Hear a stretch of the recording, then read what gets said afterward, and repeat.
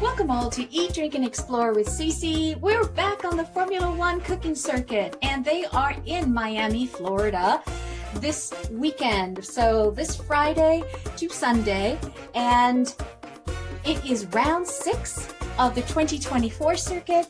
And what we're going to do is something really quick, and we're doing the famous Florida key lime pie. So thought I'd put something together, and I'm definitely making a quick one here, and I'll get into the details in a moment. But who won last year? In 2023, it was Verstappen for first, Perez for second, and Fernando Alonso for third. And it was pretty much an uneventful type of race because the Red Bulls predominantly took over, right? Perez was on pole, and then Verstappen was on second. He made a slight mistake on that Saturday, but then he recovered and ended up winning it. So hopefully we have a little bit of challenges happening this weekend. I really hope so, because it's really exciting. So I'm looking forward to the Ferraris and the McLarens, and even, you know, let's have the Aston Martins up there as well. I'd like to see maybe Nico Hulkenberg. Who knows? Let's see if we can change it up. So let's get into what we're going to be doing with the key lime pie. So with the key lime pie, I wanted to make it as quick as simple possible. And first of all, try to find key lime pies in North America, especially if you don't live in the Keys, is quite hard. So I am using the conventional Persian limes, which is basically called the supermarket limes. And I'm definitely going to be using these. And how much are you going to need? Well, you're going to need 3/4 cup of freshly squeezed lime juice. And that took about 5, 2, 4, 6, 8, 10. Yeah, so that was 5 limes that I zested and put in here. And I need a tablespoon of lime zest. And that took that took 2 solid limes to get me that 1 tablespoon. And this is a traditional one. This is untraditional, I should say. We don't have eggs in this one. We have yogurt. We're using Greek yogurt. I picked up the no sugar added yogurt because we're using condensed milk in it. That's the sugar component. So get the no yogurt in there, and you're going to need a cup of that. And here in Canada, this is 300 milligrams of condensed milk per can. So in the States, I believe your cans, they're 14-ounce cans, so you're going to need 28 ounces of the condensed milk. So in Canada, we're going to have to make up the 28 ounces via 3 cans. And oops, I got some extra left over. I'll figure out what to do with that as well. Now, one of the things that I wanted to bring up is when I bought these limes, you know, don't spend a fortune on them. Go to your supermarket and look for these, naturally imperfect. So I don't really care if they look pristine or whatever, because I'm basically juicing them and getting the lemon zest out of it. So this over here, I picked it up. That was like $7.99 for this bag, this 2-pound bag. And I had 5, 6, 7, 8, 9, 10, 11, and I got 2 more here. So 12 limes in there. So I can't really tell you how many limes you need to buy, because it's really going to be based on the size of the lime, the juiciness of the lime, how heavy they are, you know, how soft they are. So I would suggest, you know, get yourself sort of that imperfect bag and then sort of go through. And then if you have any limes left over, save that and make margaritas with the remainder of it. Now, when I juiced this lime here, I used my lemon lime press in here. What I found was when I was pressing them in like this, and I pressed them, what happened is I noticed there was still a lot of juice in there. So what I did is I pressed them in here, and then I used my reamer, okay? And I was able to extract, as you can see, all that juice out of this in here. Now, I'm keeping these, right? Because I can keep this and I reuse these, and I'll reuse these for a marinade. I've got a beautiful fish that I'm going to be marinating with, so I'm going to marinate the fish with it to get the nice lemon zesty in there. So don't throw those out in there. You can also throw them in the freezer. Throw them in the freezer, freeze them up, and whenever you're having a mineral water, cold water, or anything like that, you can just drop those into your drink and you get a nice lemon flavor on that.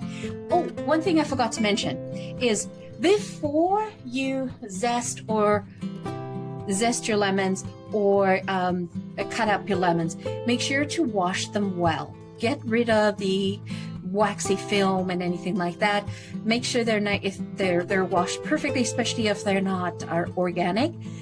Did that before. I pat dried them and then I zested them. Now, the best thing for zesting lemons is this microplane that you use. So it's this microplane that you use for cheeses. And when I'm zesting it, I always like to zest it this way, which is up, so I can see what parts I'm zesting so that I'm not going over the white. And that's super important in through there, okay? So we'll keep that there and add that in later. So that's basically it. The hardest part for getting this all put together is doing the lemon juice now, or the lime juice. If you had like a juicer that would go much faster, by all means, go ahead and do that. Now, you could go out and purchase lime juice in a bottle. I have done it this way. Does not even come close to what it's supposed to taste like. So would not recommend you utilize it. So I purchased this so that you guys could see what I was talking about. But no, I would not use this in this dessert at all. Okay, use this for your cleaning products. Add it to some vinegar and put it in a spritz bottle and use that for cleaning. Absolutely not worth that. Putting it in this dish in here. And the other thing is I'm also making my life really, really easy for this particular recipe. I bought ready-made graham cracker crust. Now, you can make your own graham cracker crust. What I'll do is I will make sure I add that part of the recipe on the description. So by all means, check the description below for that. I'll put all of the ingredients in there as well as the instructions, but make sure you check that if you want to make your own graham cracker crumb. And when I make my own graham cracker crumbs, I end up simply using a no name like that. Again, none of these products are sponsored. This is just what I do, what I used to purchase. I purchased that to make it, so that's what I end up using in there. Now, I'm using limes here. I'm using traditional limes. I'm not using the key lime, the key lime limes from Florida, 'cause I don't live in the Florida Keys and it's really next to impossible to find it up here in North America. And when you do find it, it's super expensive. So I'm just going to go ahead and utilize these. That's super important in there. And you judge how many you need to buy based on the size and the weight, like I had mentioned. Okay, so let's get in putting this all together. So as I said, super, super easy in through here. You want to put everything into a bowl and before you start this, set your oven to 375 and put your rack in the middle because we're going to need to bake this in the oven so that the filling sets. That's super important. And this goes whether you buy a ready-made pie crust or make it yourself. You would be blind baking the pie crust anyway. So let's put that aside.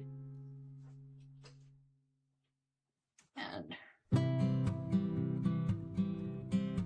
this is just a matter of combining everything in here. Great. And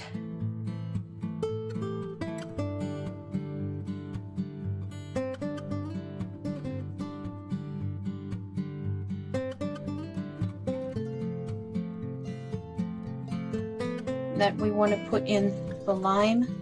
Want to put in the lime zest. Now it's important. So depends on how tart you like your pie. And I'm saying key lime pie in quotes because I'm using the traditional Persian supermarket limes in here. But I've got 1 tablespoon. You could, if you want to do more, definitely add more. It's totally up to you. It'll be quite tart in that. And let's just get rid of everything in there. And then I also leave the pulp of the lime juice in there because I like to have those bits in the key lime pie. It just adds texture to what we are eating. So yes, I know, trust me that this will set. I know you probably have never seen a key lime pie made with Greek yogurt, but trust me. Trust the process, as we say.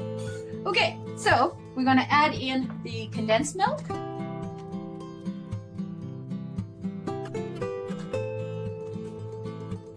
Now, what is condensed milk? First of all, make sure that you picked condensed milk. It's sometimes easy when you're in a rush just to pick up the evaporated milk because they usually side by side in the grocery store. So make sure that you're picking up the condensed milk. And you are looking for sweetened condensed milk. What is condensed milk? It's basically milk that all the water has been extracted from it and sugar added. And that's what stabilizes it for shelf. Makes that nice, beautiful thickness. And for those of you who love dulce de leche, a very common favorite snack, dessert in Argentina, in South America, it is basically utilizing condensed milk that is baked in the oven in there. So now it's definitely thickened up already. So you can move this over.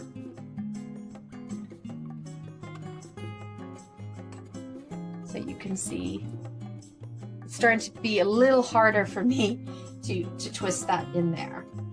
And then, oops.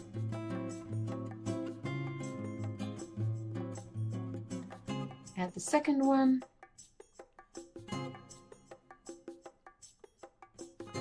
Yeah, make sure you try to extract as much of this out. You know, you have kids around, or even yourselves privately, you might want to stick your finger in there and lick the remaining things that are left because it's awfully sweet and very tempting to do. I remember as a kid, my mom used to have these condensed milk in the fridge, and we would sneak in and take a teaspoon out of it as a dessert. And then she'd wonder why she was always out of condensed milk. Because we were all in there taking a little bit of a bite. This is so good.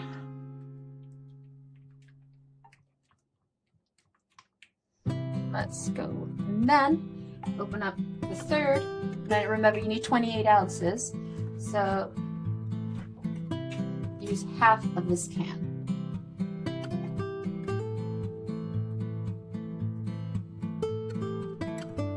So it doesn't matter what brand you use, you just want to use, oh, look at that. Oh, yummy. So you just mix it. Oh, look at that. Look at all those beautiful little lemon zests in there. Sorry, lime zests. So excited. I don't know if you could even smell this. It smells so tropical.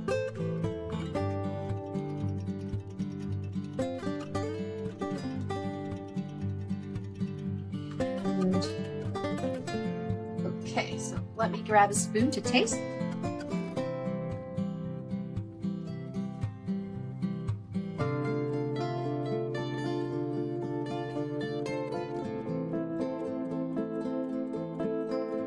Okay, what I'm gonna do is I'm gonna add in another lime. I just wanted a little bit more limey, if such a word exists.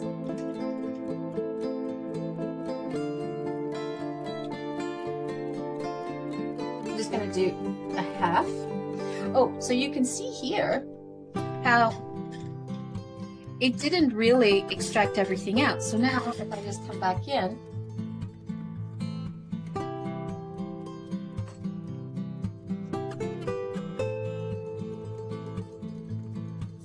I got a lot more, extracted a lot more out of that.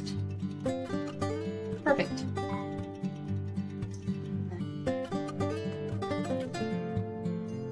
That should be tart enough.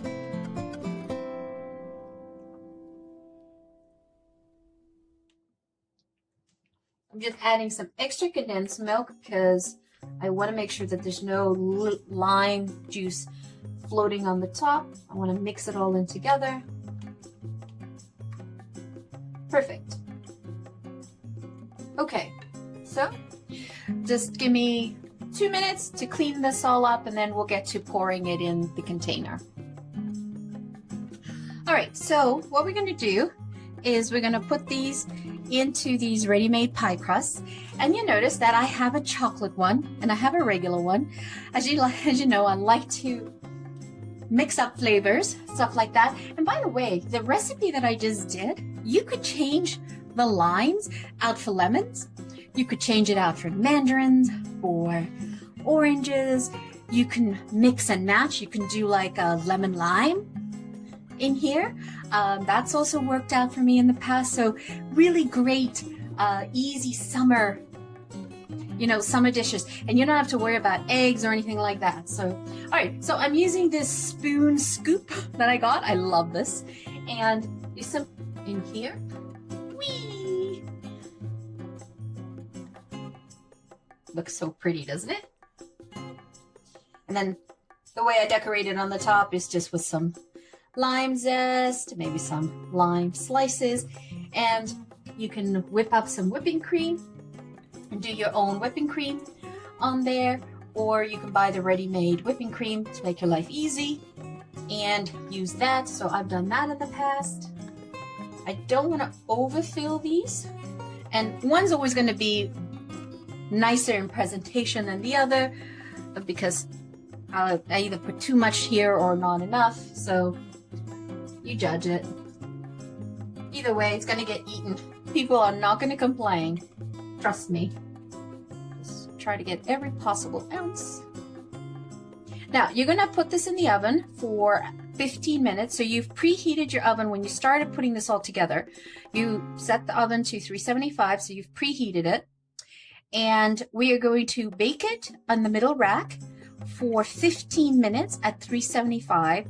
And this is just a regular oven. This is not using a convection oven. Okay, recommend you don't use a convection oven.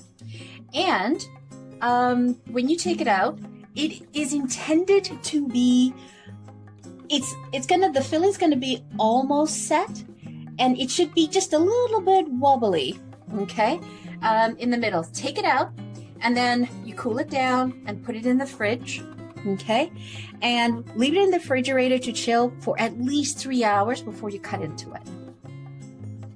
So it's a great make ahead. You can do this the night before or early in the morning and through there. So let's put this on a tray in the oven, and I'll see you on the other side when they're coming out. Okay, so I took it out of the oven. It was 15 minutes exactly at 375. So you guys can see that. And remember I said to you it has to be like slightly jiggly. So you see how it's just slightly wobbly in there, right? So what we want to do is we want to cool this down to room temperature before you put it in the fridge, and then you want to at minimum keep it in the fridge for 3 hours before you cut into it and serve it. So what I'm going to do is I'm actually going to take it off of the cooking tray, the cookie sheet tray, because there's residual heat coming off the tray. Okay, so now that the pie was put in the fridge for 3 hours, it's nice and set and cold, so that original jiggly doesn't happen anymore. So I told you to trust me, and I promised you that this would actually set. So you see it's set nicely. And so what I did is I cut up some limes for the top. I did some zest in here. Don't you love that? Doesn't that look so pretty when you use your zester? I love that. Okay, so what I'm going to do is I'm going to top this up with whipping cream. You can whip your own cream and set that on top. I'm going easy, as I said, trying to make something quick so that we can enjoy the outdoor weather. And I just picked up a can of real whipping cream. And so you decide how you want to display this. So what I'm going to do is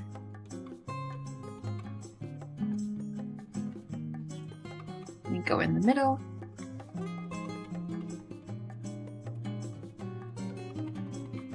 And then we'll just put, you would definitely want it to look decadent, right?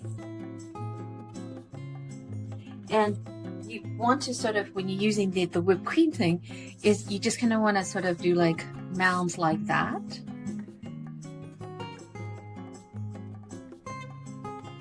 Wonderful. And then we decorate this, twist this, just plop it down. And you just put it in any format that you want.